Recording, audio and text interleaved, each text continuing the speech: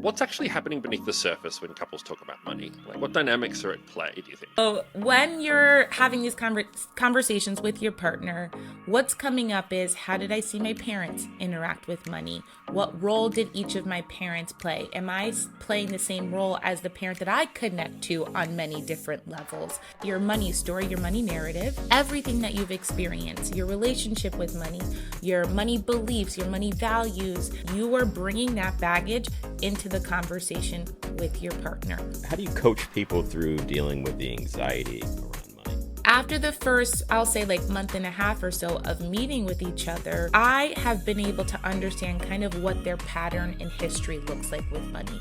And that's when we start to kind of pull on those threads that have gone throughout their life to say, oh, okay, I understand where this connected. Does that make sense to you? You may be doing this behavior as an adult because it relates to XYZ that you experienced. This is another episode of Stuck. Each week, we are here to help you, yes, you, make smarter decisions about your career in the new world of work. This week, I'm thrilled to introduce an expert who helps couples navigate the complex intersection of money, relationships, and personal growth. She is an all-star. I love spending time with her. She's also the newly minted president of the board of the Financial Therapy Association and the author of Feel Good Finance. Welcome, Asia Evans. Thank you so much for having me. I'm so excited to chat and dive in. I have a lot of thoughts, so I'm excited to share them. Fantastic. So, Asia, I'm going to start us off today.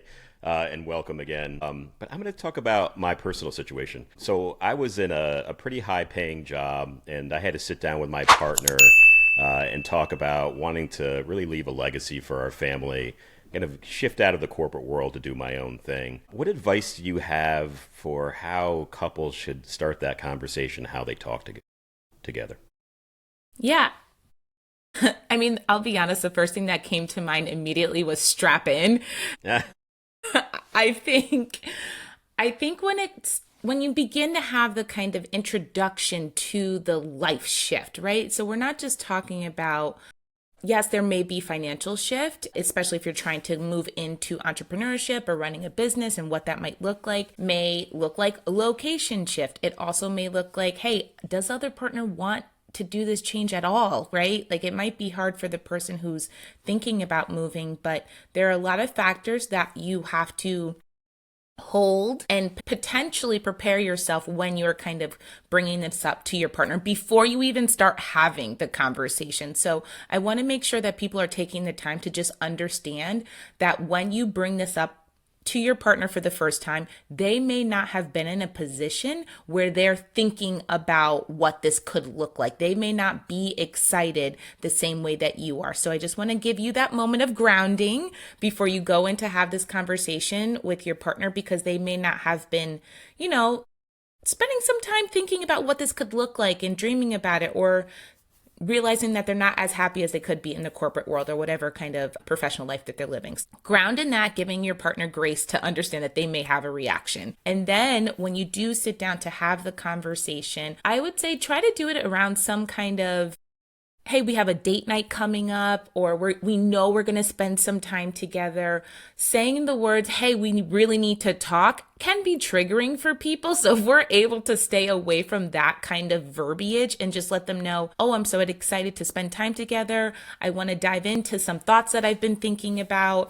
I'm really looking forward to, spending some time and just like uninterrupted time together to really just chat and, talk about our life. And you can preface that with, I want to talk about our life goals, or something's been coming up for me around my professional life. And I say that because you don't want them to get nervous about, like, what are you talking about? You hear the words, can we talk? And you're like, are you breaking up with me? What's going on? Are there problems? What's happening? So I want to make sure that people understand this is about work and career, and that they're not blindsided when you're trying to have the conversation. And then when you are having the conversation, please use I feel statements. Please make sure that you are sharing what's going on for you personally before you're like, hey, I want to start this business and I want to quit and I'm going to change your lifestyle and it may take me this time. No, that's going to be overwhelming and people are going to get very upset very quickly. So make sure that your partner understands where you are coming from and how you are feeling before you go off to the races with your business plan and how you're going to change your whole lives. Okay, sorry, I just needed to pull myself off of mute. That's super interesting. I have a tendency to over-prepare for emotional conversations because I find them perhaps difficult. And so then I go in and I've, to some extent, rehearsed every scenario. I've got my lines to take and I treat it like work. What's the right balance between being prepared and being over-prepared for a conversation like that? Yeah, well, I think it's really hard because a lot of us, especially if we're coming from high stress, very quick, fast paced jobs, it's very easy for us to kind of slip into that role of let me come up with every single last scenario to make sure that I'm prepared. But I mean, as a therapist, I'm like, that could also look like a little high functioning anxiety as well. So how do we kind of separate the two to just make sure I am talking to my partner? I do not want to convince them of anything. I'm just letting them know where I'm coming from and some changes that I think might be really cool. It's very easy to go into the conversation as, hey, I know this because I've been this VP and this director and boom, boom, boom, boom, boom. Here are my stats. Here's what we're going to make happen. No. I want you to slip back into your humanness and center your emotions in this conversation because you're not trying to convince your partner. You're trying to let them know that you're looking for a lifestyle change, not I'm going to give you all the reasons why we should do this, because that doesn't really leave them any room to have any kind of emotional impact on what you're saying. It just says, well, you've presented your case to me and now it's on me to either break your heart and tell you no, or it's on me to decide that, okay, we're going to do this and go from there. So we want to make sure that we're centering, hey, I love this person. I want to be with them. And I want to make sure that they understand what I have been kind of dealing with internally. And now I want to share this with them. And how can we make the changes that are going to be helpful for both of us? Interesting. I can attest to both of those things that you just said. One was I definitely had to learn how to become human again in a way that I had to reprogram myself because I treated everything like a business, including my relationship. So what Rob is saying is very true to life in terms of connecting with your emotions and speaking about the topic from an emotional standpoint. Brings me to my next question, which is, gender roles and culture often play a role in these conversations. And I can speak from in a heterosexual relationship, there's often pressure to be the person that provides. How do you advise people when there's kind of a gender norm or cultural barriers to having these conversations? Yeah, so I am a self-disclosing therapist, so I don't mind sharing about kind of myself and what it looks like in my house. And we very much so are bending gender norms. So currently I make more money than my husband. That will continue to increase because I am very ambitious and I want to make more money. Like that's what it is. It is a personal goal for me to be able to carry the household on just my income. Not that we have to do that, but it's just a goal that makes me feel powerful, makes me feel really excited about, wow, Asia, look what you're able to do, like provide for your whole family. And if that's his goal too, which it's not, I would support him to do that. But he has said to me over and over again, he's like, Asia, I never dreamed of being like the president. That is your dream. That is something that really lights your fire. I'm okay with being your VP. I'm okay taking a step back from work if that means that you are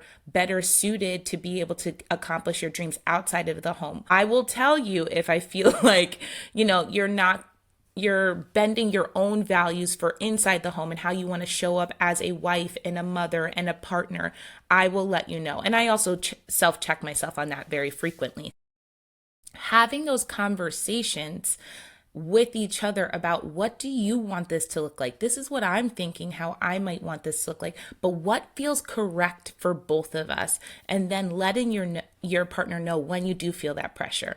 Now, like I said, I don't mind sharing, and I tell my clients quite frequently, I'm like, I'm the one who has these big goals and I'm putting the pressure on myself and I feel it. And that is uncomfortable. And I wish I could sometimes back off of that.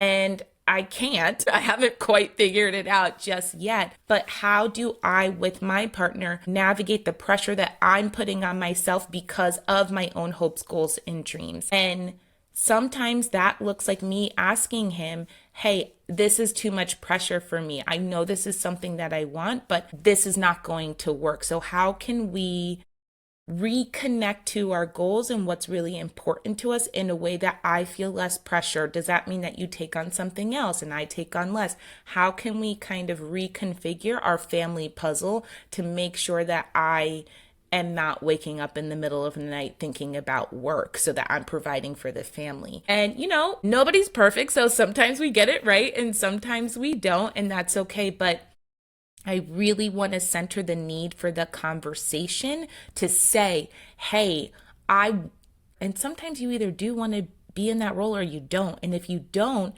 you have to tell your partner. You have to let them know this is too much pressure. We have to figure something else out if we want to maintain this lifestyle. Or does that mean we shift our lifestyle a little bit where we don't need as much financial resources so that I can take a step back from work? So really getting curious and getting creative about how you either change or maintain the lifestyle you have, but you have to communicate with your partner about how each person's feeling.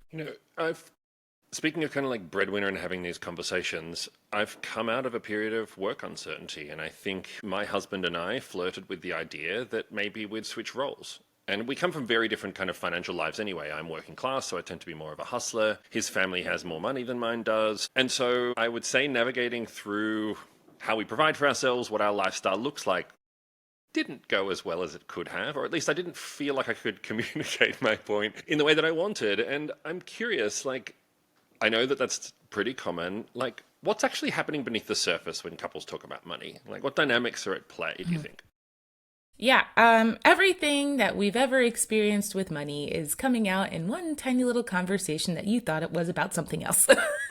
So when you're having these conversations with your partner, what's coming up is, how did I see my parents interact with money? What role did each of my parents play? Am I playing the same role as the parent that I connect to on many different levels? Am I running away from something that I experienced when I was younger and younger, like adulthood, that I don't want to experience now, and trying to figure that out? So everything that your money story, your money narrative, everything that you've experienced, your relationship with money, your money beliefs, your money values, how money was talked about in your home, how the relationship with money came, your understanding of it, right? So if you saw, hey, there's my aunt doing this thing with money, one of your parents made a comment, that is information that you took in, whether you meant to or not. So all of that is a culmination of your relationship with money. You are bringing that baggage into the conversation with your partner, whether you know it or not.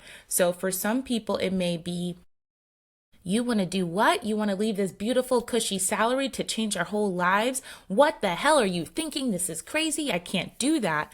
But really what's going on underneath that, I'm scared. I'm worried about us. I may have gone through this before, or I am worried that I saw other people go through that and that looked really awful for them, and I don't want that for me. And what I'm asking couples to do is kind of part their baggage enough to be able to see that that's where the other partner's coming from emotionally. Oh, you're scared. You're worried that we won't have enough money, or you're scared that we won't be able to provide for the family in some way. Okay, I can work with that.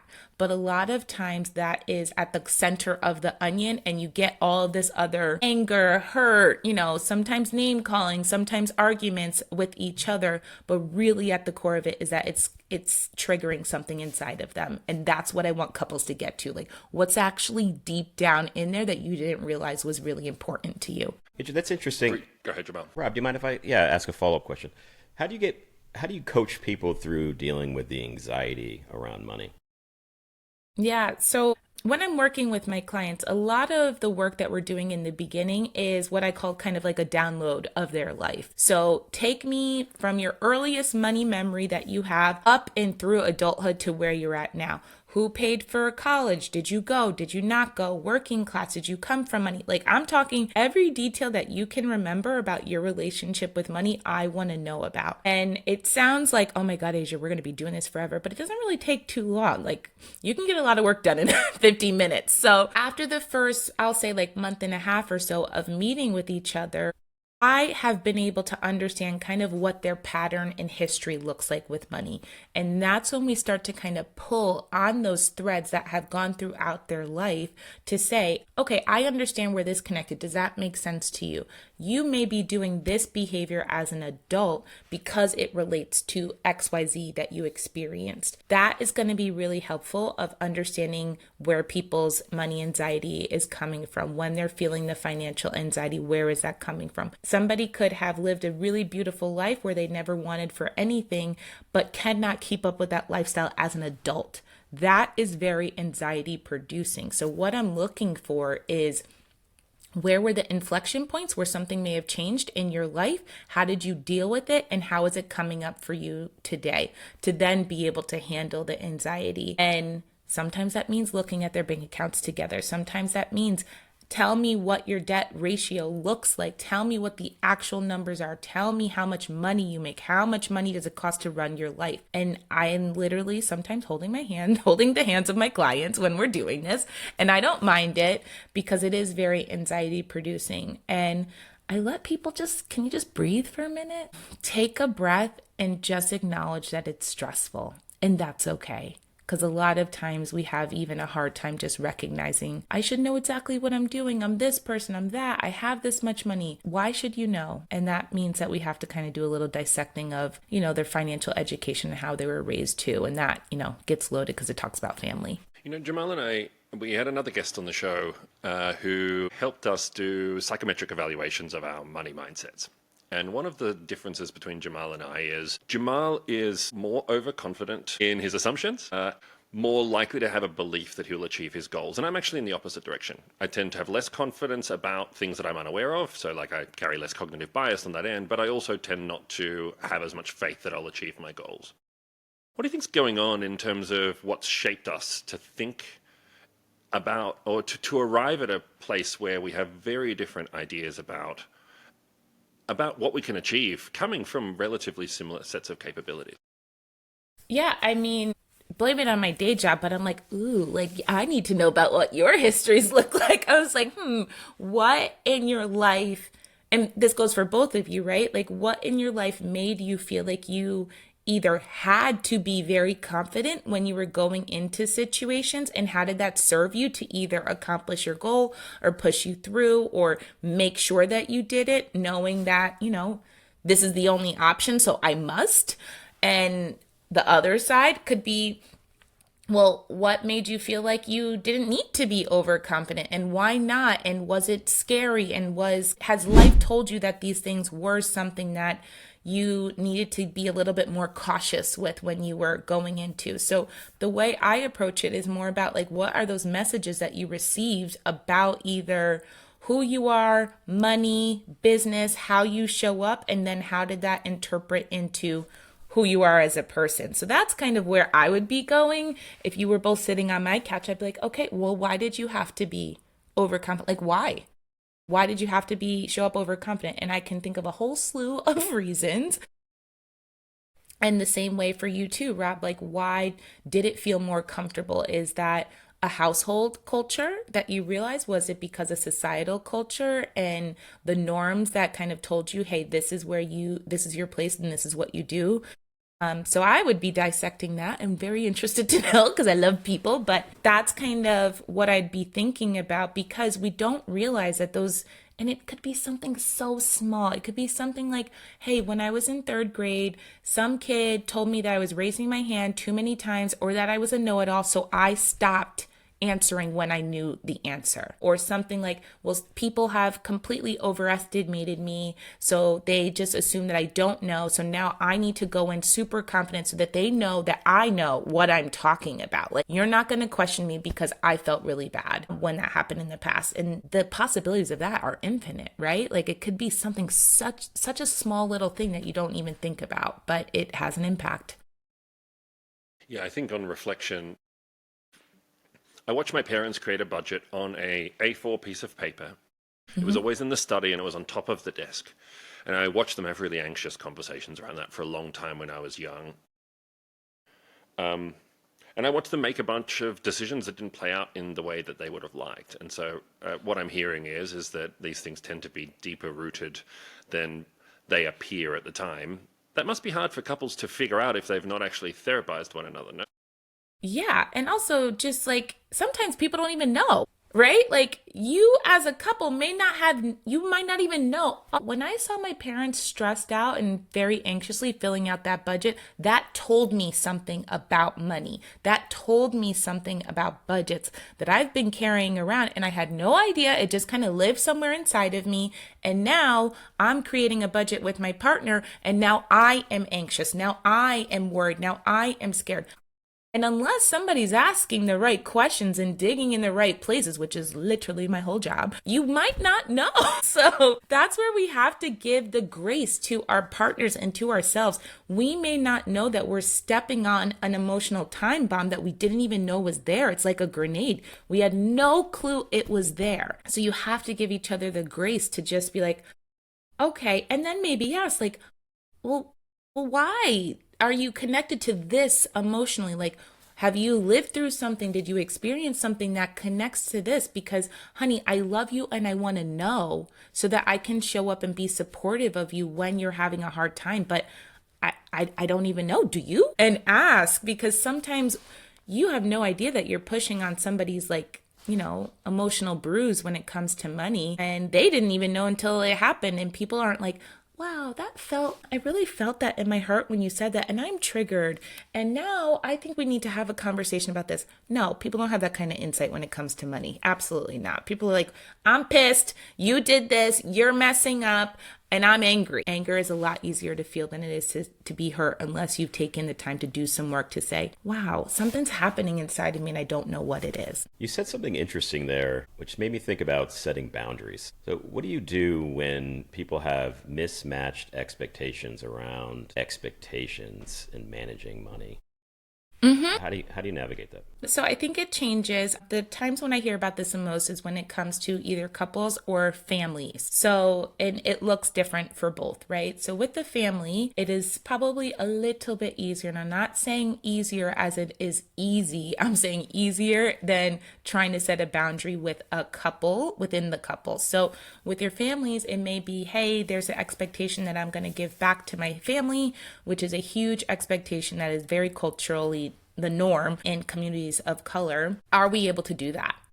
Right? The answer may just be no, we're not able to do that, and make sure that the family is okay, and make sure that we're putting away for college for the kids, and make sure our retirement is okay, and do all the things that we're trying to do. That is going to require a boundary and a conversation with your family members to say, I know that you expect me to do this. I cannot do X, but I might be able to do Y. And that can be a boundary. A lot of times my clients are like, Asia, you want me to tell grandma no? I'm like, well, if you can't afford it, yeah, I do want you to tell grandma no. And it may not be money, but it might be time. How can you help her? How can you do something else for her? If somebody wants $500, but you can't afford $500 a month, but you can afford $150, that's just a boundary, right? You can say the $150. So again, communication is going to set us all free. So talk to your family about it. I know you expect me to do X. I cannot, but I can do Y. And let them have their feelings. They might be like, I'm so grateful. I'm so appreciative. They might be upset. That's okay. That's on them to manage. It's not on you to help them manage through their own feelings, because you set the boundary and you can love them and you can communicate, but please don't accept people being mean to you or rude because they're upset. We're not doing that. And then the second part is when you're in a couple, which does get harder.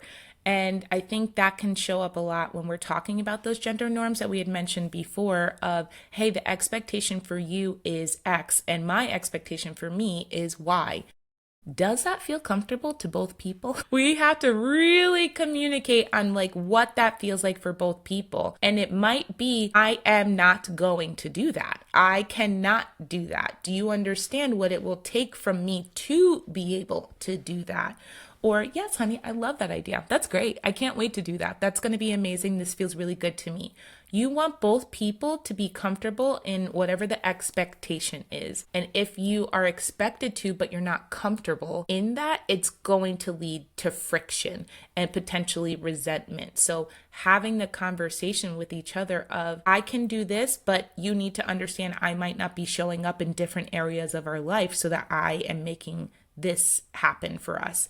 Or you are expecting too much of me. I love you and I want to show up for you, but I need to make sure that I show up for myself too. So getting really concrete about what the expectation is and can you actually meet it? And do you want to? Also, I don't want anybody meeting expectations that they don't want to. I'll ask a follow on there, which is, so I'm an entrepreneur. I've spent long periods of time either drawing a far below market rate for my time or not taking an income in order to grow a business. I'm really, really comfortable with that. That's a kind of concertina movement that I've had going on for quite some time. And there are times when I've had to say to my mum, I can't give you maybe as much money as I used to, or even just really closer to home is like, I would love to buy you a really amazing birthday present, but instead I've had to really bring that down to something that's a little bit more affordable to me. And it's natural to carry some guilt and some shame around that.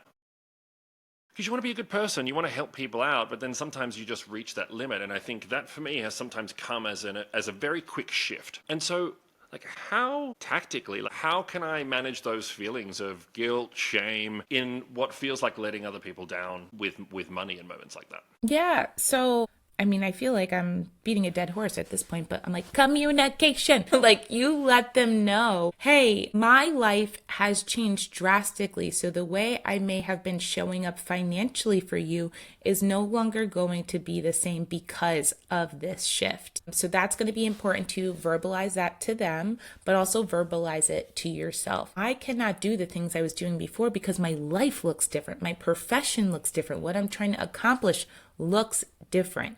And forgive yourself for whatever negative things that you're saying about who you are and how you show up as a son or friend or uncle, whatever it may be, because you're no longer able to do the things that you were doing for other people financially. So that's number one, right? The communication and then forgiving yourself.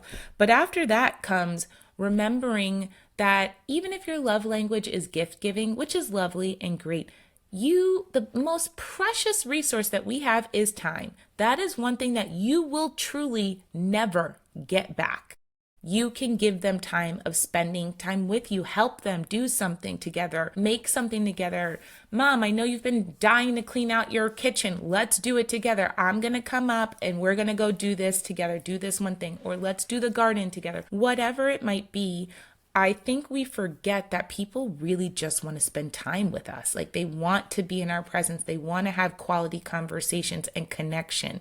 And, you know, capitalism and a lot of other things have told us that, well, if you're not giving somebody a grandiose gift, it means that you don't love them. And that's just not true. But that can be really hard to divorce yourself from, especially if you had been being able to show up in that way in the past. So let's give it up to gratitude for having been able to show up like that in the past and knowing that now it might look different and we're dialing it back, and it's an adjustment rate for people and yourself too, right? I'm sure there are ways that you had to sacrifice too, just in your life that you no longer can do it, and that's okay. But we have to back away from the urge to feel like, oh my goodness, are they going to love me as much if I don't show up financially for them? Yes, they will. They might be pissed for a little bit, but they'll get over it. In my experience, they're definitely going to be pissed. Yeah. Yeah. People are going to be upset, but like it's not about you, right? Like Right. That has more to do about them. And usually when you are holding, to go back to our last question, usually when you're holding the boundary, the people who are upset about you holding the boundary need the boundary. Absolutely. So let's maybe move on past the communication topic and talk about maybe practical frameworks that you might advise people on, and whatever that is to help strengthen the relationship, building budgets. Are there any tools that you use to help folks? Yeah. So, I love personal finance and there are tons of tools out there and books and all of the things. But one thing that I always tell my clients and people who are asking me these questions, I'm like, it really doesn't matter unless you use it. Like, whatever it's going to be, I need you to actually use it. Now, for some people, and I'm thinking about like more budgeting or tracking, some people really like pen and paper. I like to write things down. I might still have the digital version, even though I've written it down a bunch of different times, because that's what works for me. I think I really need to write things to like input them into my brain. And that's my style. I also like doing that. So that's fun for me. And other people are like, Asia, I want nothing to do with that. I want it digital. I want to connect it to all of my accounts so it can just spit right into the categories and I see it and I look at it. Beautiful. So whatever, app, tracker, budget, account system you will look at, you will use regularly and consistently is going to be the best one for you. So right now I'm using Monarch, and I really like it. This is not sponsored. I just really enjoy it and have a good time using that. I think their UX is really cool and really user friendly. So that's fun for me. Clients who also use Copilot and they love that too. So I think, especially when it comes to money, because things can be so difficult, that having a user interface that is fun for people, that is easily digestible and understandable is going to be really, really important. Now, when it comes to kind of resources, there are a few resources that I really love. I love physical copy books, but not everybody may like that. So again, what are you going to actually pick up? Please do not buy 15 personal financial books thinking that you're going to read them all in 1 year and you are not like a person who picks up a physical copy of a book. If you need an audiobook, get the audiobook, right? We're habit stacking all the time. Thank you, Atomic Habits. We're just going to wash our dishes and listen to this ebook. So some of those books that I love Finance for the People by Paco de Leon. I always recommend Tiffany Alice's Get Good with Money, because these are like soup to nuts, right? Like the beginning of I have no idea what I'm doing with my money to, okay, I have a savings account, I have an emergency fund, I'm investing. Great, love that. I also really enjoy it, depending upon like age. Berna Annette came out with a book, Money Out Loud, which I really enjoy too, because a lot of the people that I'm talking with are just getting into their finances, right? I love Ramit Sethi as well. I Will Teach You How to Be Rich, and he just came out with a book about money and couples too. Those are some of the resources that I point people to in the beginning. Now, if you're a little further in your journey, then your resources are going to need to look different, right? Like you're going to have to be reading different books. But if you're further in the journey and you still want to be reading books, that's more about entertainment to me than it is about I'm trying to learn something more, because these concepts are simple. They're not easy, right? I forgot, what is his name? J.L. Collins? Yes, he said that in Simple Path to Wealth. Also great book too.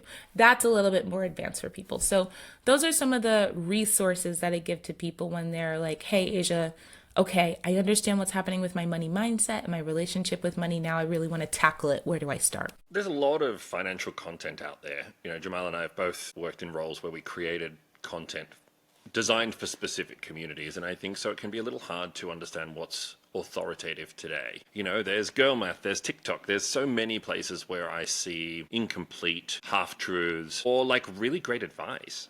And like, how can somebody who encounters the kind of infotainment part of financial education understand if what they're listening to is additive, correct, or is just something that's driving a bit of engagement?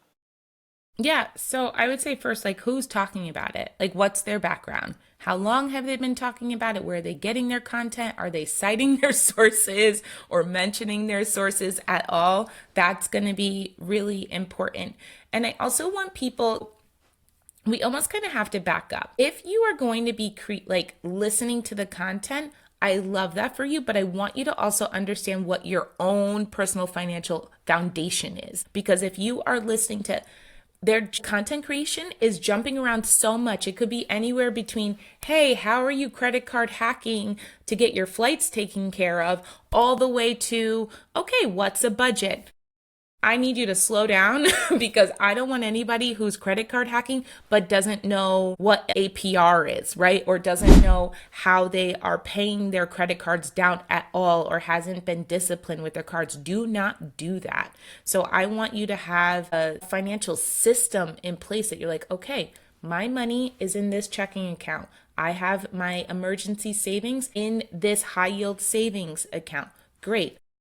In my 401k, I have a separate IRA, brokerage account, whatever it may be. If those words are confusing to you, do not start credit card hacking. Do not start all these complicated systems that are amazing when you're there, but you may not be there yet. And I think when you're watching the content, you got to start simple first and build up to that point of understanding. Oh, yeah, this makes sense. I understand what they're talking about. If you're hearing terms that don't make any sense, you do not try to follow what they're saying. You don't know what they're talking about. Don't do that. And so, like, you talk about a money system, like an operating system on a personal finance level, and I find that really fascinating. How might I go about understanding what mine is or developing one if I don't think intentionally about money? Yeah. So first, I want you to, again, we're going to start with the feelings. Like, how do you feel? Are you avoiding it? Do you not know? Are you anxious when you're talking about your money? Are you stressed? Are you like, I have enough money always, but it's just taken care of, right? And I think a lot of times we assume that people don't have the money when we have these conversations, when there are many, many people who have a ton of money but are stressed about it or don't look because their income allows them to kind of cover it. Okay, but not ideal either. Like, I want people who are wealthy to also be looking at their money too. So start there, identifying what feels hard for you and uncomfortable. And then you're able to kind of make your goals. Like, what do your goals look like? I want to go on vacation. I want to do these fun things with my kids. I want to start something. Great. Okay. Now we're going to talk about the real, like, what does this look like? Please know what is coming in to your accounts and what is going out of your accounts. Know what the expenses are for your life. How much does it cost for you guys to live your life a month? Just start there. You need to know what you're spending and what's coming in. Then you can say, all right, where's that money coming into? It's coming into our checking account or through our checking account. That's one way. Some people do cash envelopes. That's great. They're literally stuffing the cash into envelopes and paying all their bills in cash. Great. Fine. I'm not hating on you anyway. I'm cashless. And then it's going to be, okay, what are we saving for? Do we have an emergency fund? Where does that money live? Please put that money in a high yield savings account. Check. And for some people, emergency fund, I think the traditional advice would tell you 3 to 6 months, but there's some statistics that say for people who that's really hard to save for, especially if you have high expenses on a monthly basis, that's tens of thousands of dollars for people. So they do say that if you could, I think the number is around $3,000 to start, to make sure that you can kind of handle an emergency that comes up, to get to that point as quickly as you can. And then think about future. Okay, what am I going to need in 20 years? Do I have retirement? Am I saving for it? Do I have a match? How do I learn about that? And a lot of times that is the foundation of the system. And then we can start getting really fancy with your automations. I love automations, right? That's when either your job is pulling the money straight out of your check and putting it somewhere like a 4K or like a savings account. Amazing. Love that. Automating your bills, also amazing. But at the very beginning, you need to know what's coming in, what's going out, where does the money live? And then we can get as fancy as you like when you understand all those things. And check it, please, at least monthly. I would love it if it was weekly, but at least monthly. Maybe this question is for both of you. We are starting a family. And so what became a dynamic of two individual people who like their independence and celebrate that for one another is about to change. How does thinking about money, or like maybe not thinking, how does practicing good money habits change when you have dependents, when you've got children? I'll let you go, Jamal.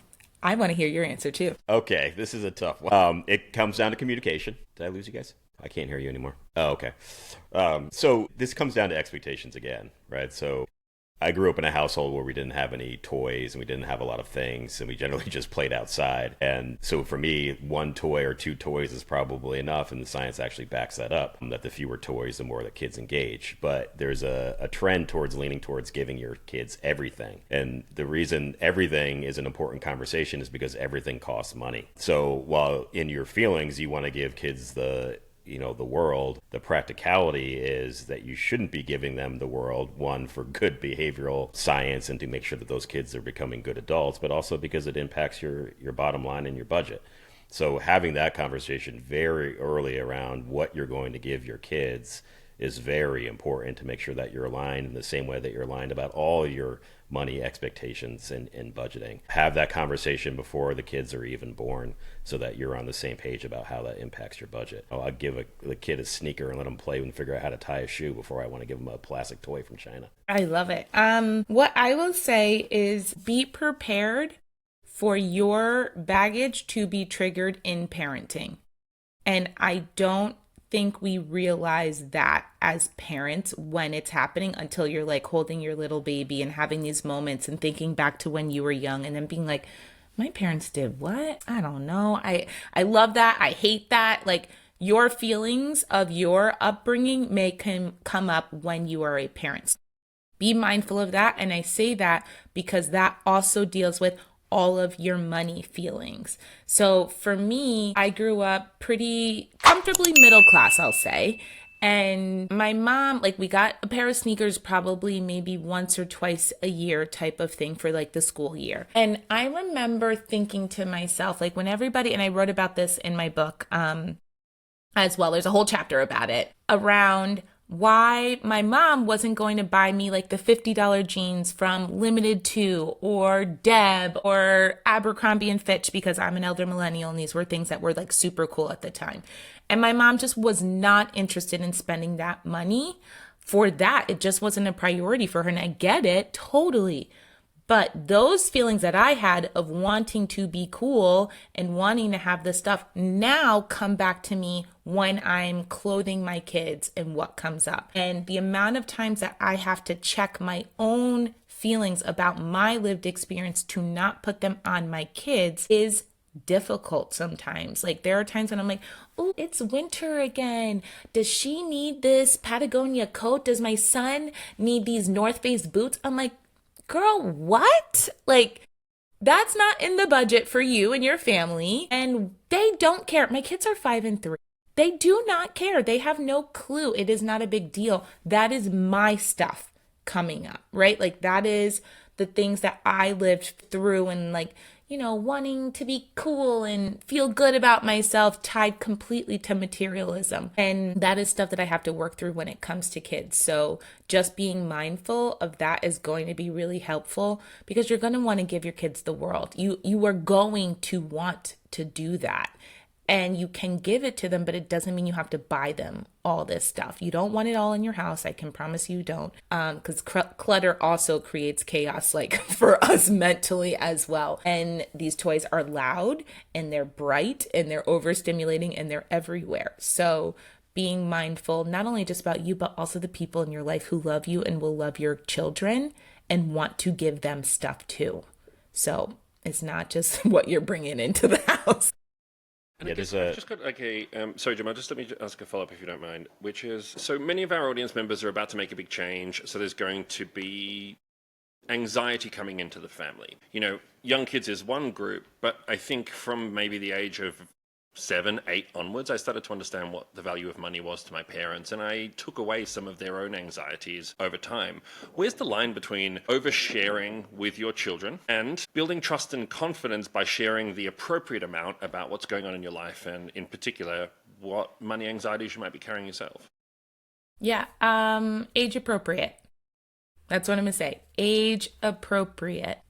7 or 8 is not age appropriate. They can pick up on it, right? Like your kids may be able to pick up on you being anxious, but it is on you to figure out how to navigate that. You can tell them that you're anxious, but also you need to reassure them. I'm full believer in making sure kids understand that adults have feelings too, because that's going to be important for them. So you can say, hey, I'm really anxious about, if they pick up on it, right? Don't go telling them, hey, I'm anxious about your camp, so it's too expensive. Like, do not say that to your kids. Age appropriate. But if they happen to ask because they are picking up on, are you sad? Are you worried, mom? Like, what's going on? You can tell them, yes, I am worried, but I know we're going to figure it out. You see that? We can label the emotion and then stabilize it so that they are not associating that feeling with what's happening financially. You need to know that you are handling it, that you will figure it out, that they are safe and it is okay. And that anxiety is very normal, or sadness is normal, and anger is normal too, but you are working through it. So let's breathe together, like quite literally in that moment. It has to be age appropriate. And I think what happens is that people want to tell their kids as if their kids just get it. But what happens is that they, internalize a different message. Even though you told them one thing, they internalize it by something different. And we cannot control anybody's perception. And you don't want your kids walking around without realizing the context of what was happening because they're too young to understand it.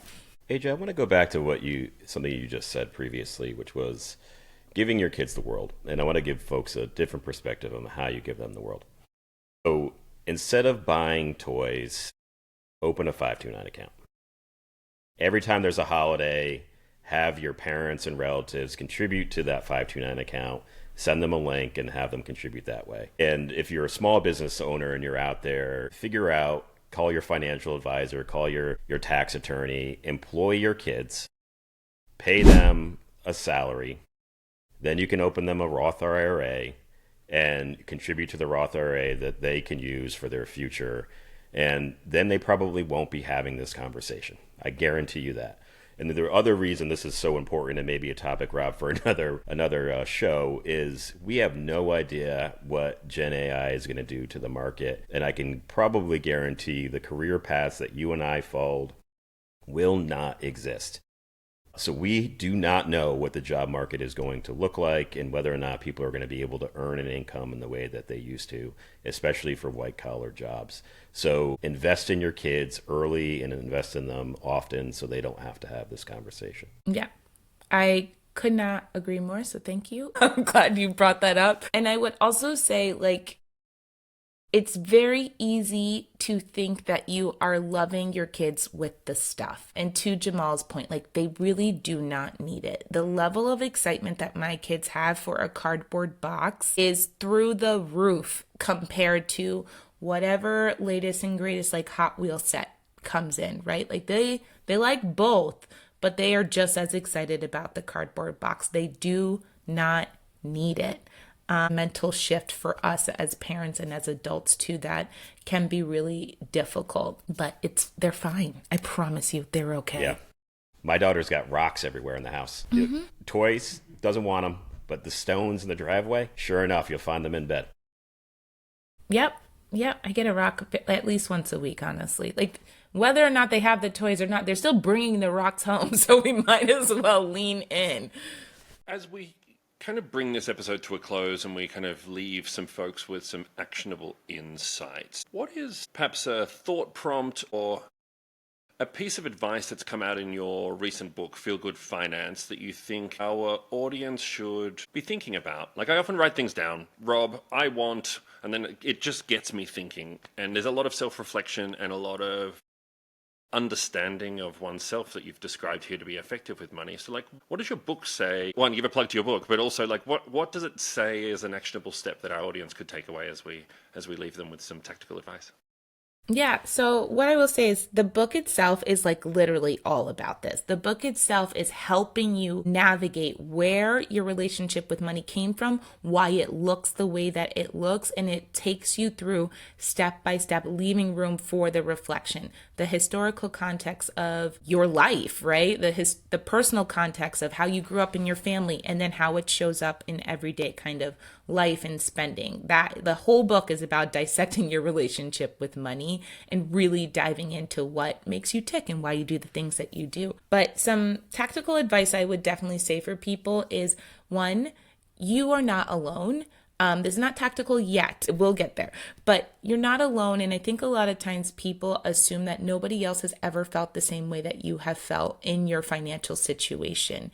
You feel trapped. You feel stuck. You feel like nobody can hear you. You're isolated and you feel so shameful and so guilty. And what I want people to start doing more of is having conversations about money, because when you talk to your partner about your money, about the shame, about the guilt, that then starts to break it up, and you are feeling more seen. And really, at the end of the day, what we want is to feel seen by other people we care about. We want to feel heard. We want to be in community together, but we cannot do that if we're not having the conversations about the things that are really bringing us down. So you're not alone. Tell people when you're struggling. It can be a great friend, right? Like, honey, stop asking me if I'm going to go to Miami with you because I cannot afford it. I love you. Let's go to dinner. Like, I'm not taking this trip with you. I love you. Please stop asking me. And then after that is sometimes when we're setting boundaries, it's not just boundaries with other people, it's boundaries with ourselves. Sometimes we have to tell ourselves no. Sometimes you have to say, hey, I have to get on this budget so I can stop feeling bad about my money. I need to start looking at my money so I stop feeling bad about it. And honestly, after that, if you're talking to people, you are starting to get your money right and understanding the things and reading the books that you are like, I have no idea what these acronyms are that they all use. What does this even mean? You will begin to feel better. Those two things, talking about it and reading and learning about it, and you'll be off to the races and feel great. That's it. Like, that's all I want. I just want people to feel better and know that they're not alone. You've been you are razor sharp. There's something about the way you talk about money that inspires me to want to do better. This has been such a pleasure. For folks out there, as we bring this episode to a close, if you've got questions around how to think about money, if these problems resonate with you, send us an email or a voice note to stuck@213studios.com. It is important to talk about money. Jamal and I are trying to role model that behavior by being honest about what money involves on this show. And Asia, where can our audience find you? Because I'm sure that many of them also feel the same way that I do after listening to you speak for an hour.